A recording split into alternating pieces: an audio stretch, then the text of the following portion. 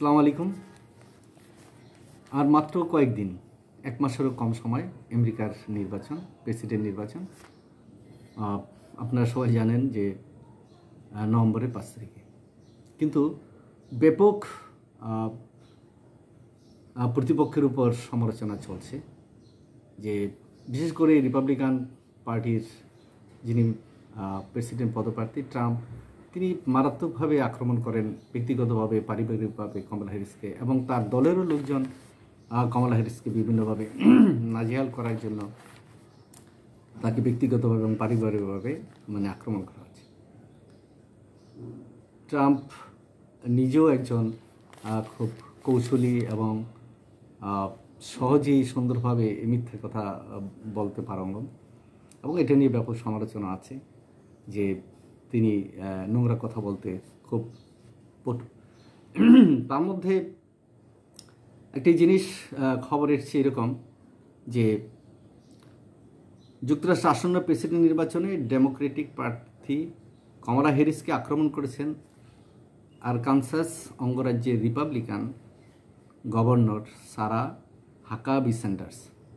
অর্থাৎ এই রিপাবলিকান হলো যে ডোনাল্ড ট্রাম্পের যে দল থেকে তিনি নির্বাচন করেছেন, সেই দলেরই আরকানস অঙ্গরাজ্যের যে তিনি গভর্নর সারা হাকাবি স্যান্ডার্স, তিনি বলেছেন কমলা আন্তরিক নয়, কেননা তার নিজের কোনো সন্তান নেই।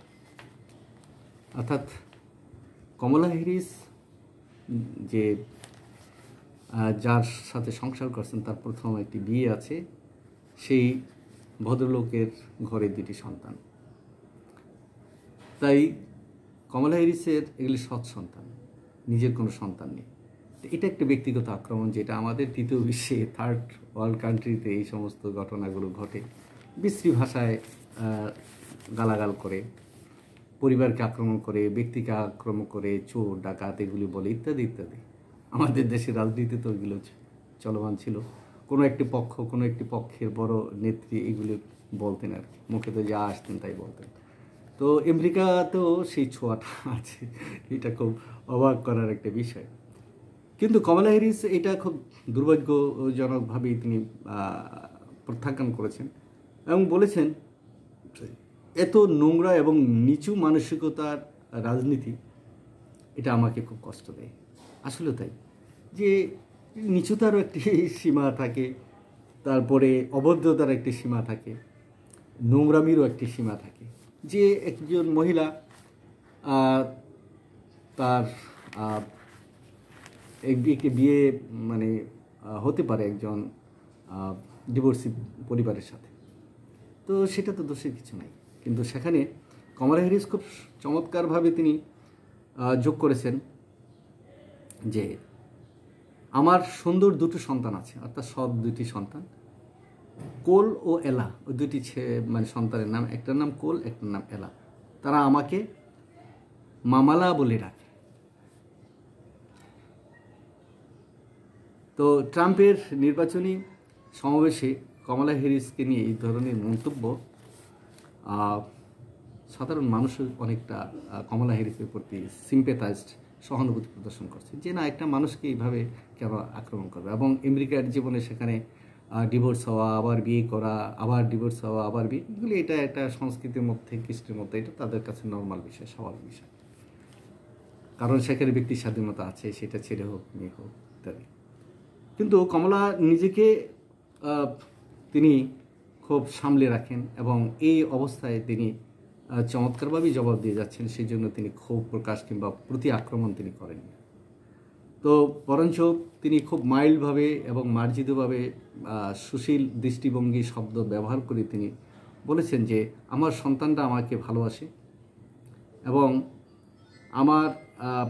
আমার স্বামীর সাবেক যে স্ত্রী, তিনি আমার বন্ধু। তো তারপরেও কমলা নিজেকে একটু সাবধানে রাখছেন যাতে বেফাস কথাবার্তা তার মুখ থেকে বের না হয়। তো এর মধ্যে ট্রাম্পের রানিং মেট যিনি ভাইস প্রেসিডেন্ট প্রার্থী মেট জেডি বেন্সো এর আগে বলেছিলেন যে, অর্থাৎ ট্রাম্পের সাথে যিনি ভাইস প্রেসিডেন্ট হিসাবে নির্বাচন করছেন, তিনিও কড়া সমালোচনা করেছেন, কঠোর সমালোচনা করেছেন, বলছেন যে যে তিনি চান না যে কোনো নিঃসন্তান নারী দেশ পরিচালনা করুক। খুব মর্মান্তিক এবং দুঃখজনক।